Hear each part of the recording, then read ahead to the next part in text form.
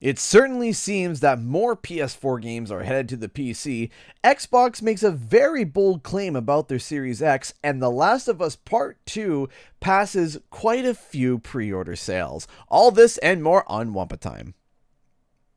Hello, ladies and gentlemen, and welcome back to another episode of the Wumpa Time Podcast. My name is Canadian Guy, and I am joined by the one, the only partner of the show, Shemp. Oh, me. Hello, it's me, Shemp. Hi. It's Shemp, and we are back. So, ladies and gentlemen, yes, we know we've heard your comments. We were not here last week. No, we were not. You can stop blowing up my DMs now. Yes. So, the reason why we were not here is that multiple reasons, but the main reason was that if you guys don't know, the Black Lives Matter movement is going on right now. This is going to be actually interesting to listen back to way in the future because I was just thinking that. Yeah, when somebody listens to this podcast in the future, even a year from now, maybe even 6 months from now, it's going to be almost like an entirely new world. But yeah, we were not mentally fit to be happy and do a Wumpa Time podcast, and we want to bring you guys the highest quality content. And with what's going on, we were not mentally fit because we were really upset about what was happening, and also too, we need other voices to be heard. Yes, we didn't feel like us talking about haha video games was the right time last week. Mm-hmm. We didn't want to filter out any major news that were going on. It didn't feel like it was appropriate to be like, hey, gaming news, when our focus wasn't on that right now. Right. And of course, as you guys know, a bunch of things were delayed because of the Black Lives Matter movement. We had the June 4th event delayed from PlayStation, and among other announcements and other things as well. And all appropriate, I believe. This is definitely a time where people's voices have been silenced. Something that has been realized by a bunch of people around the world. That there's not just protesting in the States. There's protesting in Canada. There's protesting even in France. There's protesting in Amsterdam. There's protests everywhere, and we're living possibly through a revolution right now. Something that that I hope changes how we see our justice system and how everything is handled. And 100%. Yeah, we at Wumpa Time, we want peace. We want a change in the system. We want we stand with the people who are protesting. You have your right to protest, and you are protesting for a cause that is legitimate, and it seems to be working. Things are starting to actually happen. Keep going. Stay safe. Stay safe, yes. Please stay safe. We still have COVID because 2020 is just a lovely year, the best year ever. COVID didn't just go away. Yeah, just remember, it didn't just kind of like, it's like a break. No, that's not how that works. Yeah. So if you are going to go out and protest, please take the proper precautions. Have masks on, have gloves. Try to social distance if you can. If you can't, like I said, do your best. Be safe. Think smartly and do the best that you can. And if you're not protesting, try to talk to family members, maybe family members who are confused about what's happening right now, and maybe friends, and dealing with this, because this is a hard time for everybody. I don't think there's anybody who's just laid back and thinking, yeah, this is fine. No, it's very conflictive right now. No, it's definitely not fine. Yeah. But we just wanted to make that known because we know it's on everyone's minds. We wanted you to know that we're not ignoring it. Yeah, this is not the time to ignore it. This is the time to be able to stand together, come together, and hope for a new world to come from this. So, So hopefully we'll be able to continue with these podcasts, and if anything escalates to a point where we do have to maybe delay another podcast, we will let you know through Twitter. And let's get into the show. So we're going to start with, on to a positive note now. We're going to start with the quick news. So Stadia? I know Stadia. What? One more time. What is that? Can you run it by me again? S. Oh, T. yeah. Hold on. STUPID Stadia. Yeah, that one. Okay, yeah. That one. Weird marketing strategy. Yeah, I know. So Stadia, already has competition that already has a bunch of backing behind it, and a lot of people that are like, yeah, this is cool. So GeForce Now it's still kind of like in development. It's not really like has it been fully launched, or is it still like kind of like a work in progress? I still think it's in like kind of early beta, but I don't really know. Right. I haven't really caught up on the service. I just know that it's a thing that exists. So GeForce Now, essentially what the service is that if you can stream games like Stadia, but instead of it coming from a server from, Wonderland and, you praying and hoping that it passes, gets to your system, it actually comes from your computer. So your computer actually streams it to whatever device you want within the house, within your own local network. And then you can also stream it to other places as well, again, from your PC, from your computer. Yes. Your computer is fronting the load. Now it's like remote play. Like if you're in a hotel room at 3 states away and your PS4's at home, you can remote play to your PlayStation Vita or your smartphone or maybe even your laptop. Right. It's just like convenience. Yeah, exactly. So GeForce Now and Steam are starting to partner up. So Shemp, can you clarify what this means? GeForce Now and Steam are starting to partner with this program? So basically what's going on is Steam and Nvidia are partnering up to kind of join Xbox and to say, hey, yeah, what's Stadia? So essentially with GeForce Now, you would pair up your games on your PC to the service, and you would pay $5 a month to stream them to whatever device supports GeForce Now. Right.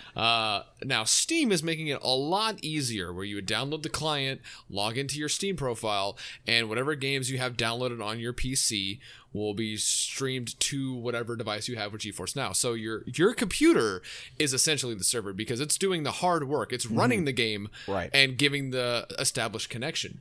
So $5 a month, and it's not used as like a replacement for hardware gaming. It is a console companion. Yeah. So if you're out and about, if you're all constantly out of home, always doing business deals, or you're a big shot YouTuber and you got all these meetings to go to and conventions to go to, and you're like, man, I just want to play Red Dead 2 or Spider-Man or something. Right. Or not Spider-Man. Whatever's on your PC. You can just go on your laptop. You can go on your phone. Whatever the service is on. $5 a month. Stream whatever's on your PC. That's it. It's that easy. You just set up your own little client.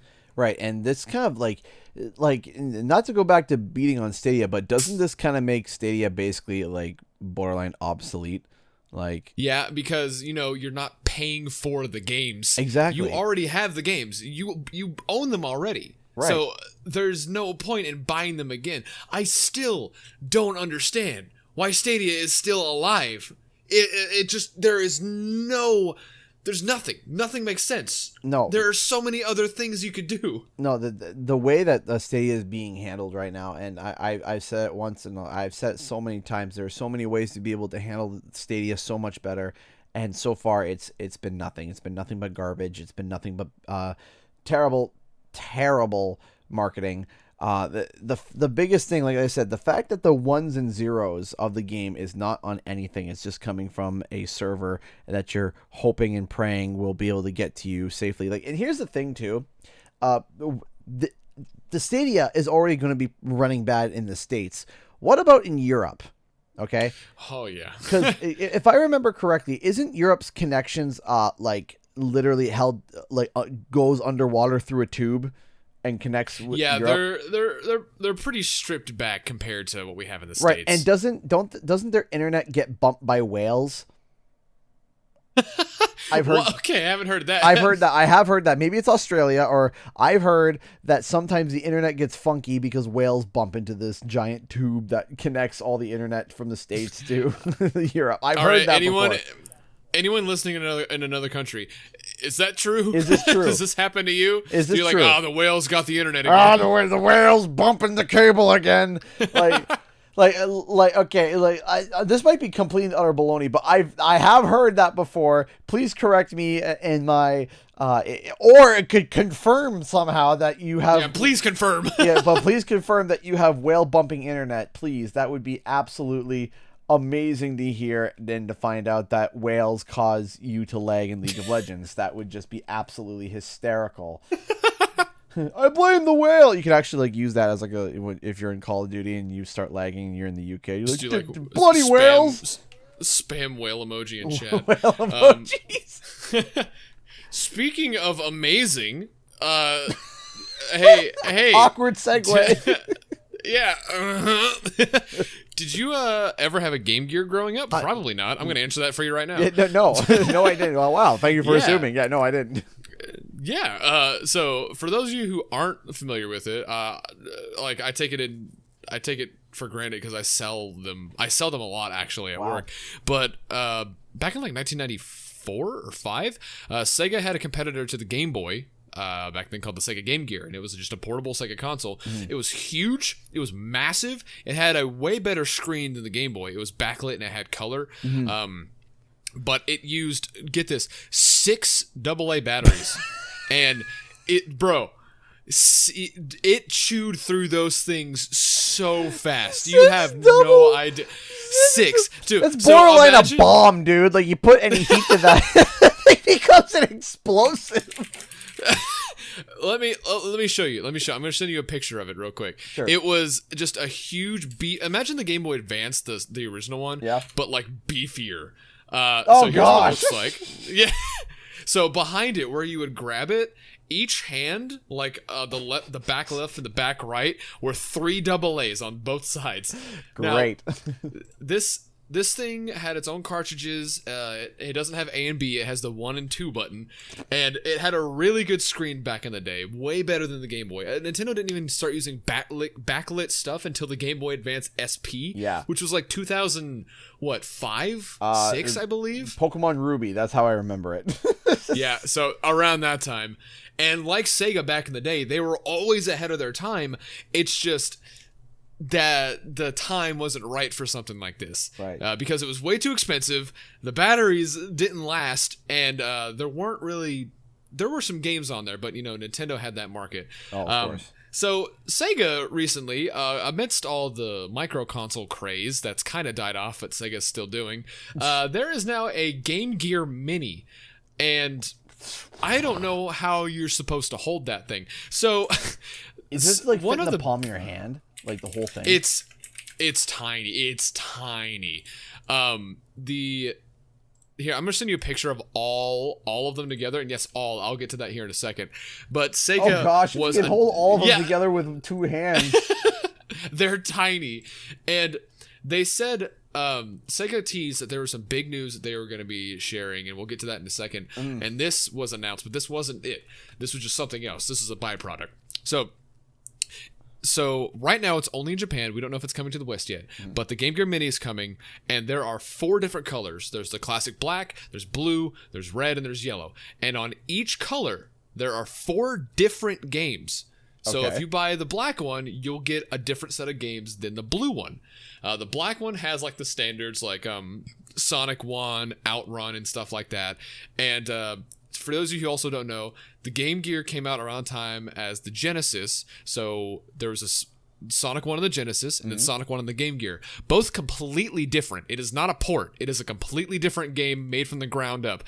Like, I remember Stage 2 in Sonic 1 on Genesis is Marble Hill Zone, or I think Marble Hill Zone. On the Game Gear, it's just called Bridge Zone because it's just a big bridge. All right. It's 100% different.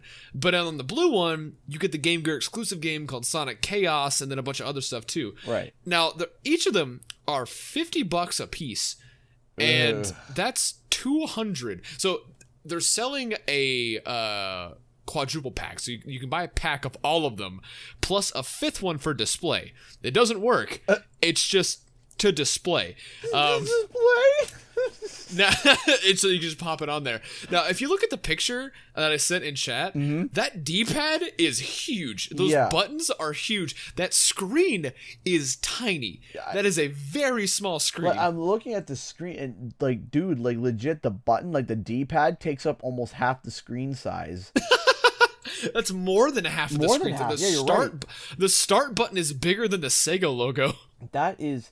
You see, all I'm looking at here, I look at these consoles, okay, and all that I feel is arthritis in my hands and cramping. That's all that I see. Like, if you guys want to go look up the Game Gear Mini. Is that what it's called, the Game Gear Mini? Or yeah, I think it's called Game Gear Mini. Okay, so yeah, go look it up, and you guys are going to be looking at this. Like, literally, the model that they're using, either this model is literally Andre the Giant, like they resurrected him from the grave and used his hands as hand models, and then it's actually decently sized, but because Andre's hands were the size of monsters, or the fact that they're just having a regular human-sized hand holding these things. It literally fits within the palm of your hand. The whole system. It's tiny. It's. I can't imagine the eye strain. You know what? Here, I have an idea. If you got a Nintendo Switch, take off, walk over. If you have a regular Switch, not a Switch Lite, a regular Switch, detach both Joy-Cons, put them side by side, and that's the whole console. That's the whole console. That's the whole console. Not a tad bit smaller. Yeah. Like, that is literally the whole console. Take your two Joy-Cons, put the slider ends together, like as if you're going to be playing the Wii mode where you get the two separate detached. Just put them together, and that's the size of the entire console. That is. Here's a picture of someone playing it. Why? No, how? Why? I'm looking at the hands, and it's just like, it's literal. Oh no. It's so tiny. I will say, it's cute. I like it. I don't want to spend $50 on it. I would love to have one. This is like a keychain toy. Yeah, it's a keychain toy. It's something you get out of like one of those little a vending machine. Like, you crank it, you put the thing in there and crank it. Now, okay, this was funny because when the Sega Genesis Mini came out, there was a version that had a mini Tower of Power, which was the Sega CD with the Genesis Mini on it, with a Sega 32X, a copy of Sonic and Knuckles, and a copy of Sonic 1 on top of Sonic and Knuckles. It was great. It was fantastic. Now, back in the day, the Game Gear had this accessory called I think it was called the Sega Window, or the Sega Big Window, where it was a big magnifying glass that you slapped on top of your Game Gear to make the picture bigger. So guess what they're They're literally making a mini. They put a big magnifying glass on the Mini. You're gonna need it. Crap, because that's awful. Now, to move on to the next, because staying within the realm of Sega is also developing something called Fog Gaming. So could you clarify on this? Because you're like the Sega master here. I got the Sega news. So Sega Master Supreme. In a recent article of, I think it wasn't Kotaku. What was it? It was some magazine. Eurogamer? It wasn't Eurogamer. I think it was. I honestly can't for the life of me remember. But essentially what's going on is there are some sources in Japan that say Sega is working on a new type of, I guess the best thing to compare it to is cloud gaming, but it's not cloud gaming. It's called fog gaming. It's not, they specify it is not the equivalent to cloud gaming, but it's going to have a lot more power. The big thing is that it's ultra low latency, right? And I think it's being mainly marketed for arcade machines, because in Japan, Sega has the upper hand in arcade cabinets. Every other arcade cabinet that's not even a Sega IP is a Sega cabinet. Right. That's like the only console that they're still manufacturing, basically, if you want to call it that. Right. Now, I think it's common sense that we all know arcade cabinets are very powerful. Back in the day, like on the PS1 and the PS2, there were arcade ports to those home consoles, but they were always very underpowered. They were never as good as the arcade version, especially like Mortal Kombat and Street Fighter and all that stuff.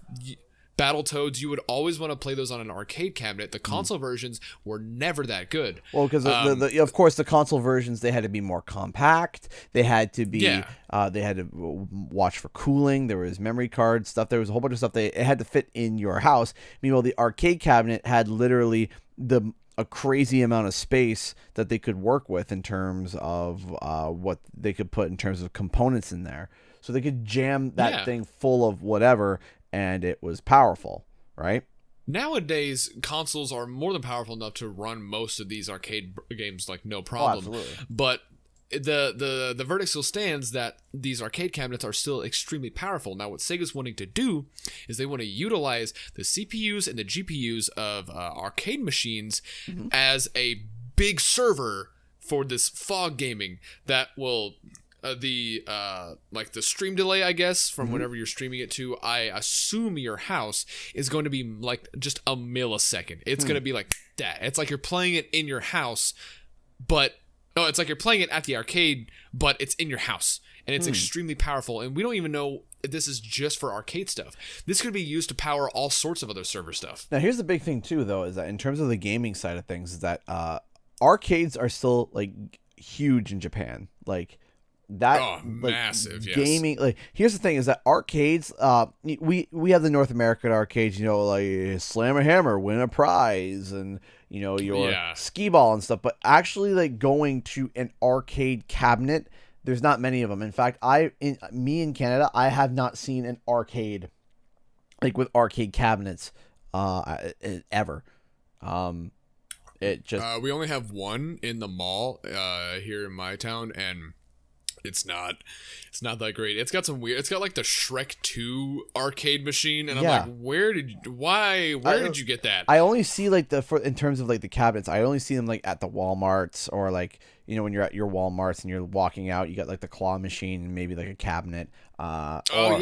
Or when you're sometimes when you actually go to like the an arcade, we have there's multiple arcades. There's Palladium, and then there's one that I've visited multiple times. It's called the Great Canadian Midway, and that is just like it's your whack-a-hammer, it's your throw a ball into a hole, it's you know, your racing games where you're racing each other, right? There's very few cabinet games, or if it's or it's like and so, but in Japan, that stuff is massive. It's huge. Yeah, like if you go to Japan, there, especially in Tokyo, there are so many stores. Like the way the districts are set out is that sometimes there are just stores that are so tightly knit together that like a whole building could house like 40 tiny like compact stores. Yeah. And most of them are arcades. There are tons of arcades down there. Yeah.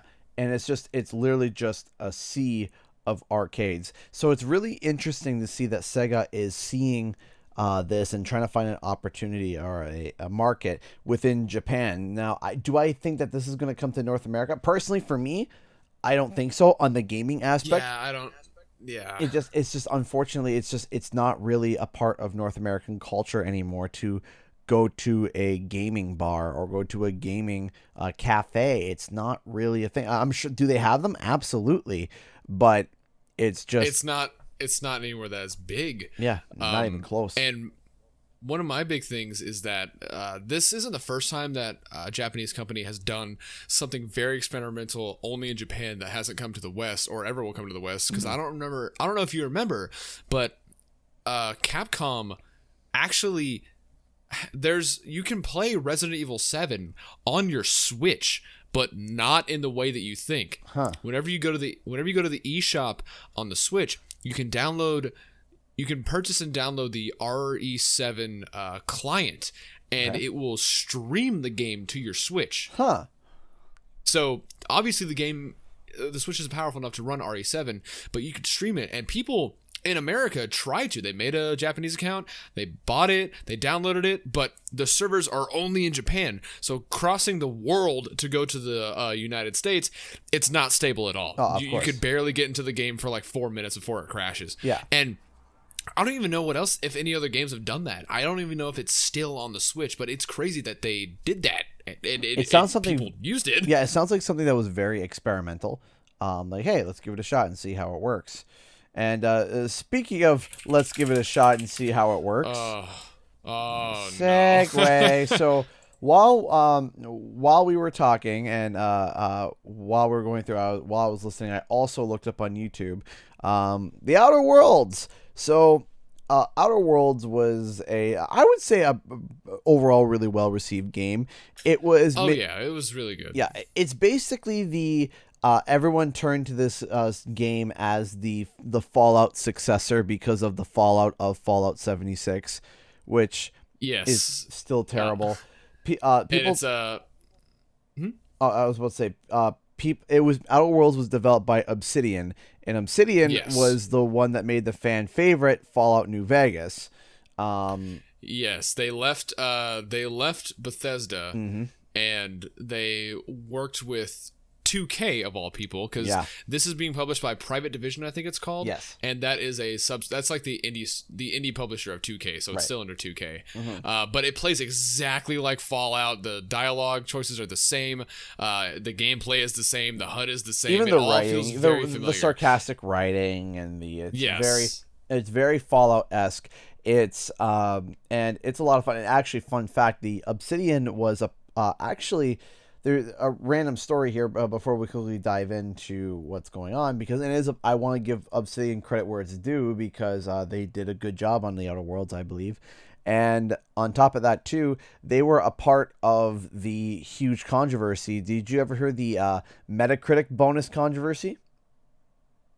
No. What? Okay, so there is an internal thing, or it was internal until it went public, where some companies will give developers a bonus if a game reaches a certain score. Now, it's some companies do this, some companies don't do this. It's not universal. It's not the same across all things. So Bethesda had contracted, not contracted, but they gave Fallout New Vegas to Obsidian to make Fallout New Vegas. And they told them that everybody would get a huge bonus check. I can't remember the bonus amount. It was ridiculous. It was like, wow, that's crazy. If the game scored on average a 90 on Metacritic, professional score. Oh, my God. I believe it was a 90. I believe it was a 90. And it was either 90 or 85. But the point is that they scored 1 point below.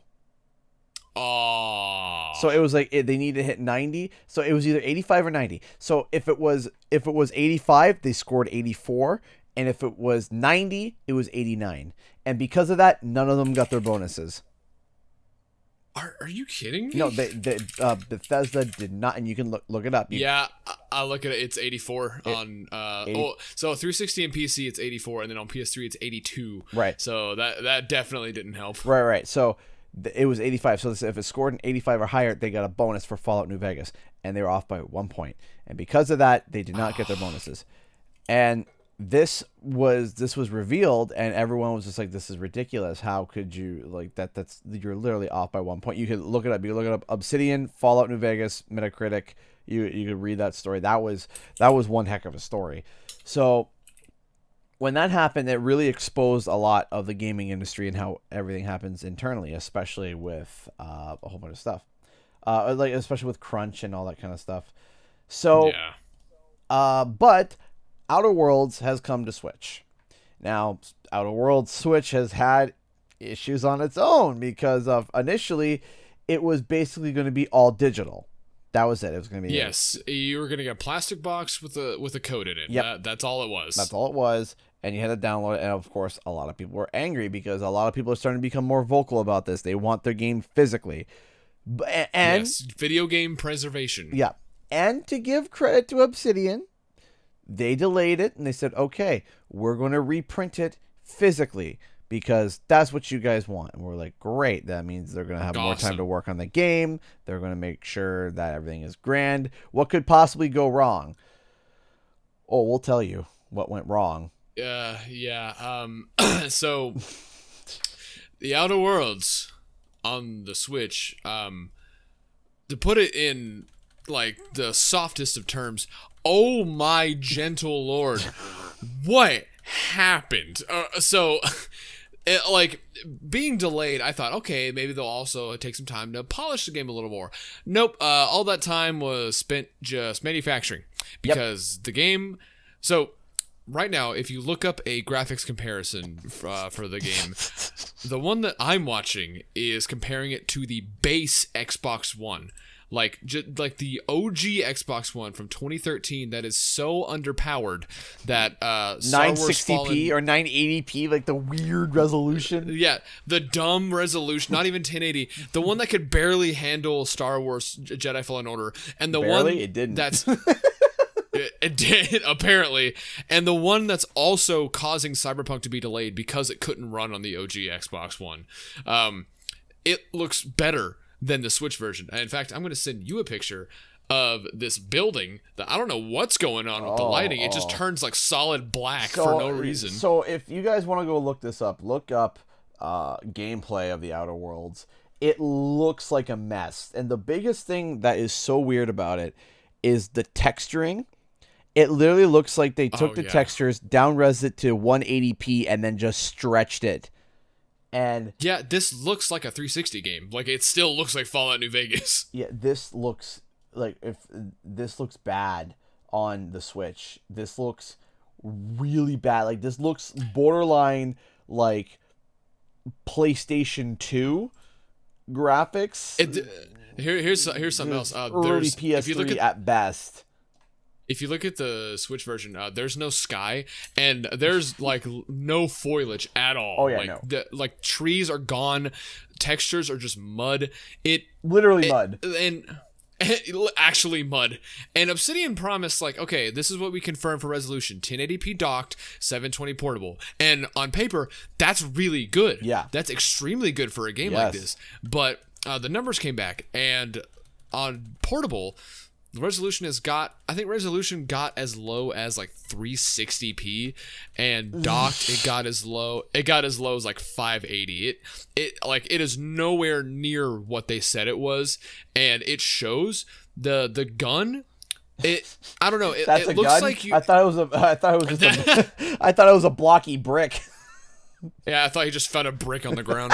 The gun looks like any Bethesda game when you turn the textures down to low. It looks like Oblivion on PS3. That's the best way I can describe it. It looks worse than that, dude. It looks worse. That. Honestly, yeah, I think I agree. It looks worse than Oblivion. And I don't know if this can be patched because this is obviously a rush job. I don't. And I don't know. What if they can do anything, because I don't think Obsidian did this. I think a third party ported this. The same third party that did the XCOM collection port and the BioShock collection port to the Switch. Didn't they all suck, like, port wise? I have no recollection. The only thing that I've seen is the Borderlands port, and I remember thinking, wow, this looks good. It doesn't look bad. That's cool. But I didn't see anything on BioShock, and I can't imagine what BioShock Infinite looks like. Oh, gosh, that just looks really bad.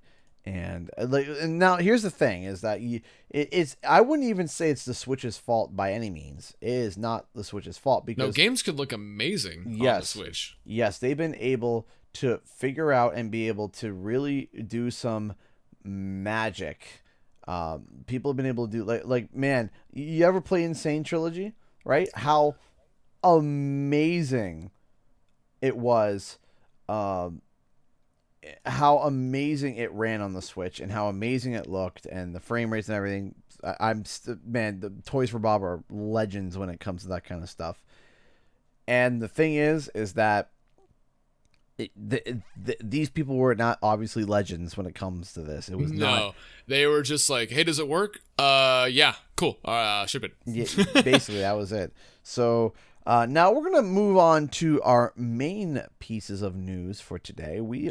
First thing we're gonna be talking about is that there is apparently more games, or allegedly more games coming to the allegedly more games coming from the PS4 to PC. Now, Bloodborne, a very popular, I believe it's a Souls game, right? It's a Souls game. Yeah. Oh, it's from Software. It's its own thing, but it's a Souls game. Yeah. Okay. So, Bloodborne is going to be coming to the PC, and a lot of people are very excited for that. A lot of people, there's a very, very strong diehard fan base for that.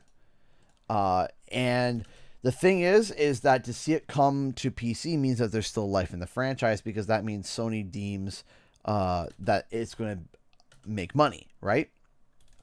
Yes, and they're focusing more on their games as a service, which is what Xbox is doing. Mm-hmm. Right. And the big thing here, though, is that the big news shocker here is that this isn't the first title that we've heard going to PC. There's Detroit Become Human. That's another title that's going to be from the PlayStation that's going to PC. But another big thing was Horizon Zero Dawn is supposed to be going to PC. And yes, we've reported that. We've reported on that a lot, and yes. I don't think we ever updated that. It's been confirmed. Like, yes. Sony themselves said this is coming to PC. And I still stand by the fact that I think it's an intelligent plan. And also there are rumors that allegedly other titles like Spider-Man or God of War 4 is going to be coming to PC as well. Now, I'm going to go on a small spiel here, and then Shemp, you can take the floor. The big thing that I think, and the reason why this is so intelligent, is that nowadays you can go to your local store and you could pick up God of War for $20, $30, right? It's been out long enough. It's a great game. It's fantastic, but almost everybody owns it now, right? Everybody who has a PlayStation owns it. Same with Horizon Zero Dawn. Same with all these other games that are fantastic. With Sony bringing these titles that have aged magnificently, they're bringing them to the PC. PC gamers are going to play them. PC gamers are going to be like, wow, this game is really good. I can't wait for a sequel. And then Sony turns around and says, guess what? There is a sequel, and it's coming for the PlayStation 5. Now you're hooking people that initially didn't have a PlayStation at all. They were just like diehard PC. That's it. And now, if you look, it's like, okay, great. This is amazing. They now know, right? Or now they know how the game is like, and now you got them hooked, and they want to play more. And guess what? Because for Horizon Zero Dawn to come to PC, it looks like it's going to have to have been almost 4 years by the time the game came out, and by the time it comes to PC, it's going to be 4 years. So it's like, and everyone's heard of it. Yeah, everyone's heard of it. It's like, do you want to wait 4 years for Horizon Zero Dawn 2 to possibly come to PC, or do you want to go buy the console? And I think that PlayStation porting all these games to the PC at the end of the generation to hook the PC players to, like, man, these games are great. These games run fantastic. I love it. I love it. I love it. And then you just turn and you're like, oh yeah, the sequels are coming out on the PlayStation 5. People are like, now I got to pick up a PlayStation 5 in order to be able to get that sequel. I think it's a fantastic marketing ploy. I think it's a fantastic, and they're making money at the end of the day. There's nobody that's going to, there are a very select few people that were freaking out. There's nobody that's going to go sell their PlayStation and then go and exclusively game on their Sony products on PC, and that's it. No, that's not what's happening. Yeah, because we don't know how long that's going to take. It could be like 4 years per game. Exactly. From the PS4 to the PC. Exactly. And Sony's making a lot of bold moves with this because, like we were talking about, Bloodborne is coming to the PC, and it's not from Software. It's actually being handled by the company, I think it's called QSEC, that handled the Dark Souls trilogy remasters on the PS4, Xbox One, and Switch. They're doing the remaster for PC, and it's also coming to PS5. So this isn't just a port; it's a remaster. It's going to have HDR. It's going to have full 4K. It's going to have 60 FPS like natively. And it's going to have better textures, better models, better everything. And this isn't the only thing. We know Death Stranding's coming to PC. It's had a Steam page for months. And Sony is thinking about if Horizon Zero Dawn, specifically, if Horizon does very well on PC, that's going to pave the road for more first-party titles, specifically ones like God of War and Spider-Man, maybe even Uncharted. We know already Dreams is coming to PC. They've been talking about that for a while. That's when I'll pick up Dreams, when it goes to PC, because I have a hard time with the controller and building stuff. Some people are wizards on that. I think I can do really well if you can hand this to me on a PC. I think that would be great. And I think one of the biggest, boldest moves they've done so far is that their longtime exclusive sports game, MLB The Show, is going multi-platform. That is a huge step because Xbox, no baseball games. It's exclusively the multi-platform hockey, basketball, football, all that. Baseball, we have RBI, but no one wants that. They want MLB. And to go multi-platform, that's bold. A Sony published game on the Xbox. Yep. That's insane to me. Mm-hmm. It's insane. It's insane to see this. To see Sony making such a move. I would never have seen it. I would have never guessed that they would have done this. And we give Xbox a lot of flack for putting their exclusives on PC, so you don't have to buy a console. But Sony's doing the same thing. And honestly, these games seem a little more demanding than on the console. So you also have to think a lot of people are still going to buy a console for these games, right? Because the technology is getting so advanced that most computers are going to struggle to play it. Like, I doubt that my computer, with all the tech that's in there right now, could run games like Horizon or Spider-Man at a smooth 60 at max. Right. Like, I there's no way. For me, the big thing though, is like the big difference though between the Xbox and PlayStation argument is that, we were giving a lot of flack to Xbox, but the reason why is because day one you were getting the games on PC and Xbox, right? Yes. So we're saying, well, there's no incentive. There is no incentive, but the PlayStation, they're releasing it. We could say 3 to 4 years later on PC, when everybody who's ever diehard wanted the game and has a console has the game. Most likely, right? Yes. And the thing is that when you do that, all you're doing is just PC gamers are like, yeah, well, it's on PC now, give it a shot. It's a Sony exclusive, so give it a shot. And when you catch them, like, man, this is really good, they don't want to wait 3 to 4 years again to get the next title, right? They want to play it now, right? That's the incentive. Yes. Is that, okay, yeah, sure, you can wait 3 to 4 years. If we want to bring it to PC, there's no guarantee. We're not promising anything. Xbox is promising, yeah, these are going to come to PC too. Don't worry about it. It's going to come to PC day one as well. So again, the problem is that doesn't sell Series X. That does not sell the consoles for Series X. Speaking of Series X, they have a very, very, very bold claim that I think Shemp and I both see some problems with in terms of backwards compatibility. Shemp, why don't you take this one? Okay, so one of the Xbox's main leg ups on the over the PlayStation is their focus on backwards compatibility, which is amazing. That's a huge feature that PlayStation lacks. We don't even know if the PS5 is going to have anything past PS4, and that's a problem. But the Xbox has been pushing really hard into it. Still, only a few select games work on the Xbox One, and Xbox specifically said backwards compatible games will work on the Series X. So that doesn't mean all of them. That means the ones that are already available. Right. Now, the Xbox is claiming that the Series X can add HDR support to backwards compatibility games, as well as doubling the frame rate on certain games. So games that initially ran at 30 frames run at 60. Right. Games that ran at 60 run at 120. So theoretically, they also highlight that original Xbox games that were developed like over 20 years ago could have HDR and 120 FPS. Now, we both said this at the same time. Yeah. That's going to break a lot of games because those games back then were developed for a specific frame rate. The game's physics are tied to those frame rates. So if you bump that up to 60, everything's going to fall apart. Yeah, things are going to start breaking. Like, for example, there were some things that we were watching. I was watching a guy. He modded a game to boost up, like a game that wasn't set up for 120. He set up to 120, and they hit something, and the thing just like exploded into the horizon. It just it just went spinning off into the abyss and exploded.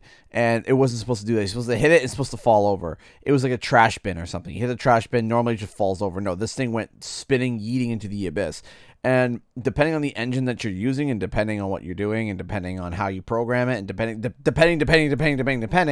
right? It's all tied to the frame rate. Like, for example, Spider-Man's speed in Insomniac's Spider-Man for the PlayStation 4, his web swinging speed was tied to the frame rate. So what happened was Yes. that, remember how they in order to be able to, they tied the frame rate and the loading to Spider-Man's swinging so that the buildings could render in distance, as the rendered field and rendered distance hit certain points. Spider-Man could slightly slow down or speed up a little bit, just tying to the frame rate and how, processing everything. But if you were to just crank it up to 120, you're going to start breaking the game. Like, you're going to start swinging past the field of view, and the game won't even be able to keep up the load. Like, it won't even load the game. Like, you'll be swinging in nothing because the console is trying to keep up with rendering where you are, and it won't work.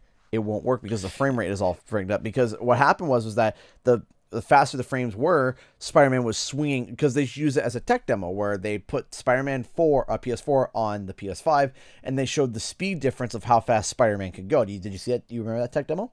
Yeah, I remember that, and he was flying through. There was no pop in, there was no like FOV, no fog, no nothing. Right. You could see everything, and it was all like rendering like that. Right, but this was for a game in the modern era where 60 frames is something, 60 frames, 120 frames, this is something that's achievable. Back during the Xbox and PlayStation 2 days and around that, there were some games that were hitting 60 sometimes, but it was a lot of these things were very much tied and not future-proofed, right? Yeah. And now Xbox is here taunting and saying that, hey, yeah, you could play original games at 120 frames. It's like, what? I don't know about that. Yeah. And actually, I have a lot of experience with this because I've broken a lot of games, but actually a close friend of the channel and big into the Spyro speedrunning community, Laura. Hello, Laura. Hello. Laura actually told me on one of my streams and even showed me a video that back in the day on PS1 and PS2, PAL games ran at a lower frame rate than NTSC games, than the American games. Yes, they did. So if a game ran at 30 frames in America, it ran at 25 frames in Europe. That's just the way the TVs would work until HDMIs were introduced. So she said that if you load up the European version of Spyro 1 and then you change the region to Spyro 3, the game will up to 30 frames, but Spyro's physics will stay at 25, meaning he's running a lot faster. He's going so fast that he clips through the ground a lot. Yep. His physics are completely destroyed. And me personally, but that's 5 frame. That's a 5 frame difference. That's a 5-frame difference, and he's clipping through the ground. One of the funnier ones is there's this old PS1 game. This is old Spider-Man. This is old Spider-Man PS1 game that was ported to PC by Neversoft, and it was made for 30 frames per second.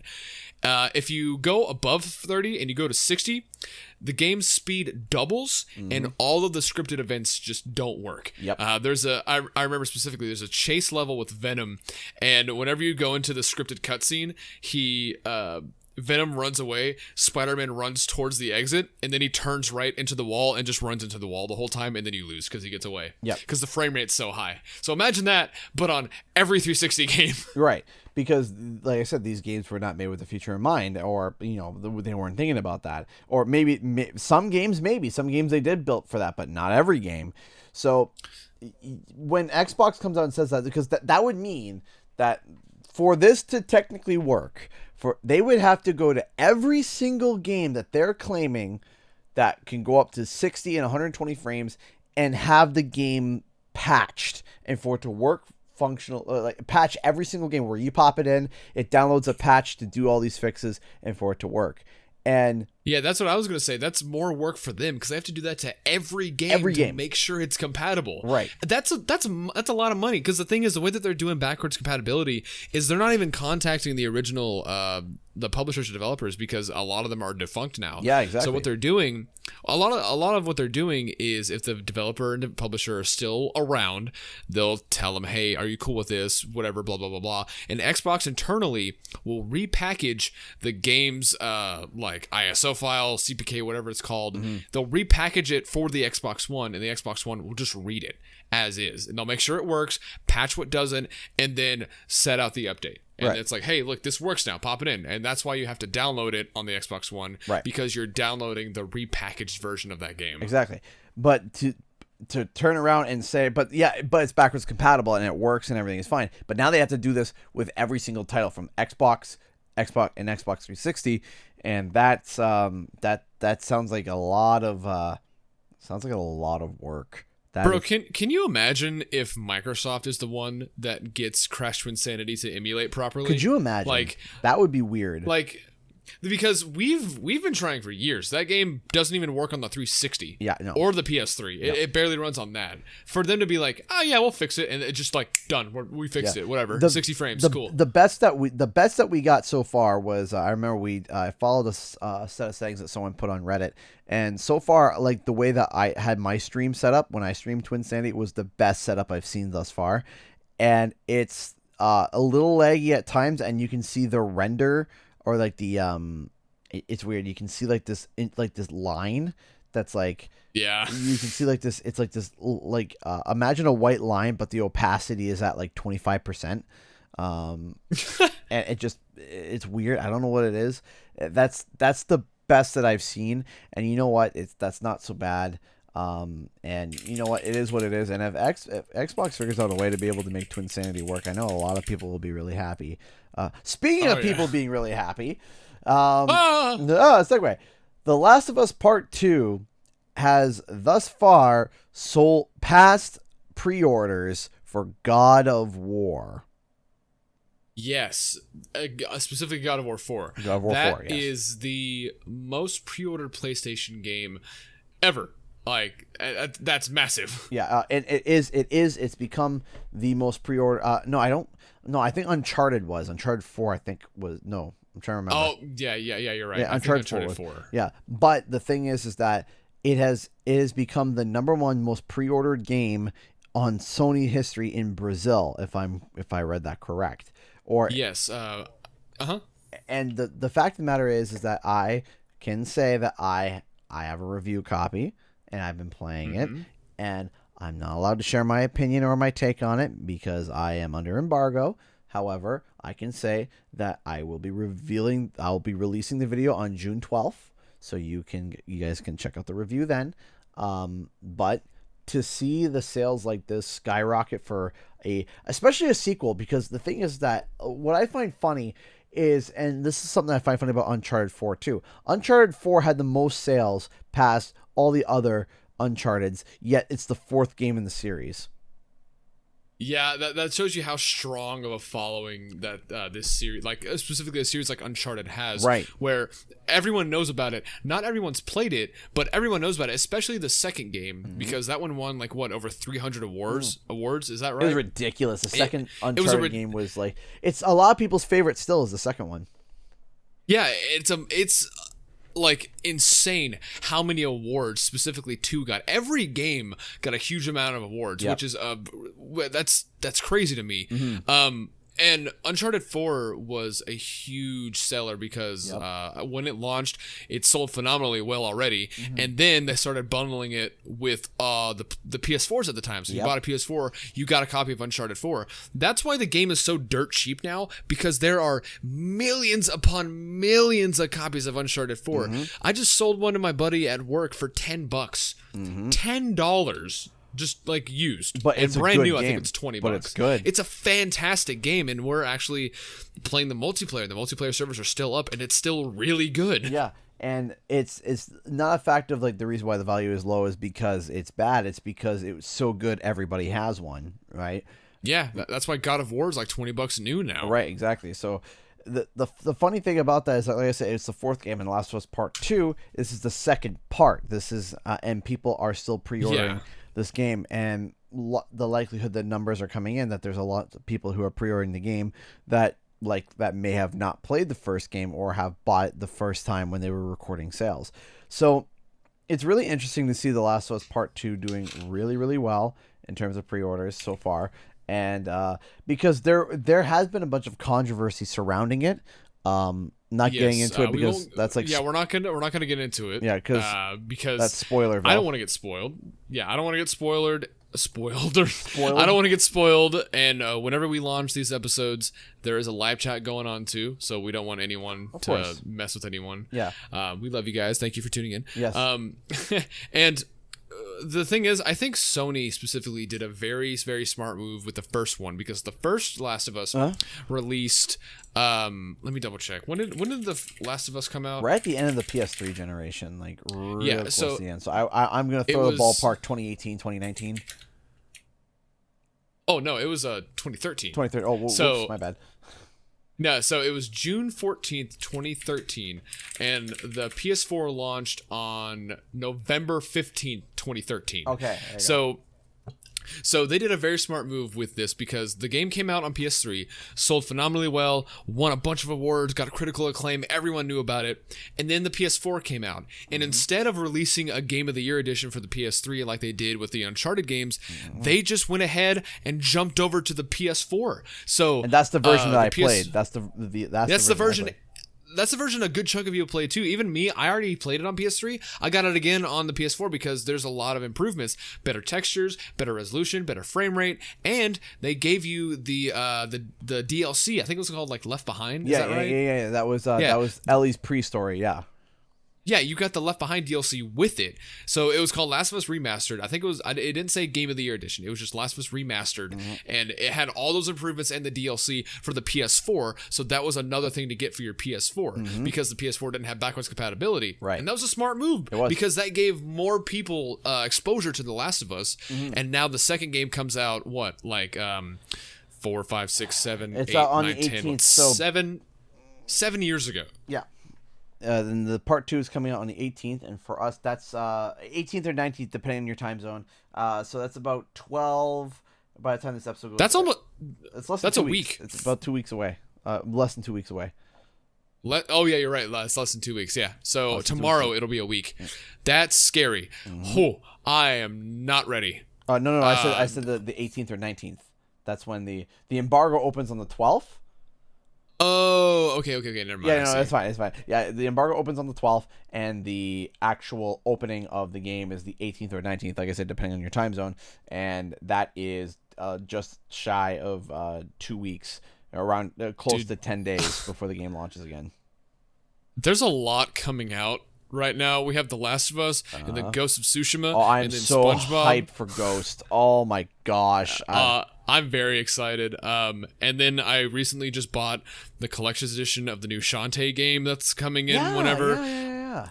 I'm buying the special edition of Last of Us 2 and Ghost of Tsushima, so I can get the steelbook and everything. Like I said, SpongeBob's coming out. The PS5 is coming out. What? There's so much. There's just too much. We don't even know what's going to get announced. We could get Spider-Man 2 announced. We could. God of War 2 announced. Horizon I'm not Zero ready. Dawn 2. Horizon Zero Dawn 2. I don't think anybody is going to be ready for when the PlayStation decides to bring their new their new game show that they delayed. Now here's the thing: there's been rumors floating around that it's going to be June 12th, which is next Friday. Yeah, that'll be next Friday. Yeah. Will it happen? Yeah. I don't know. I have no idea. Could it? Maybe. But we'll make sure to keep you guys posted. We'll let you guys know. But I think that's all the time we have for today in terms of Wumpa Yes, time. it is. So thank you all so much for listening. We are everywhere that your ears can listen to, which is your Apple Musics, your Spotify's, your SoundCloud, you name it. We're there. So you can take a listen to us anywhere on the go. Make sure to leave us a good rating if you are enjoying it, because it does help us. It lets us know what you guys are enjoying. It lets us know that we're doing a good job and lets us be able to continue to do this.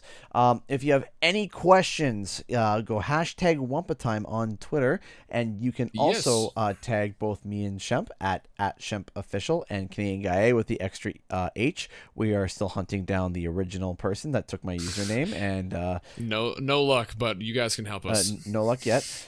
If you have any carrier pigeons that can somehow cross the border at this point in time, or yes, please cross anywhere with a question, we will make sure to somehow get you on the show in some way, shape, or form. If you bring a carrier pigeon, we will figure something out to get you on the podcast. And am I missing anything? No, I think that's it. All right. Just subscribe to this channel, Canadian Guy A, for more updates and stuff. Yeah. And I think that'll be it. Yep, that'll be it. So thank you all so much for listening. Again, stay safe, everybody. Try your best through this trying time, and we'll see you guys next week on the next episode of Wumpa Time. Take care now. Bye-bye.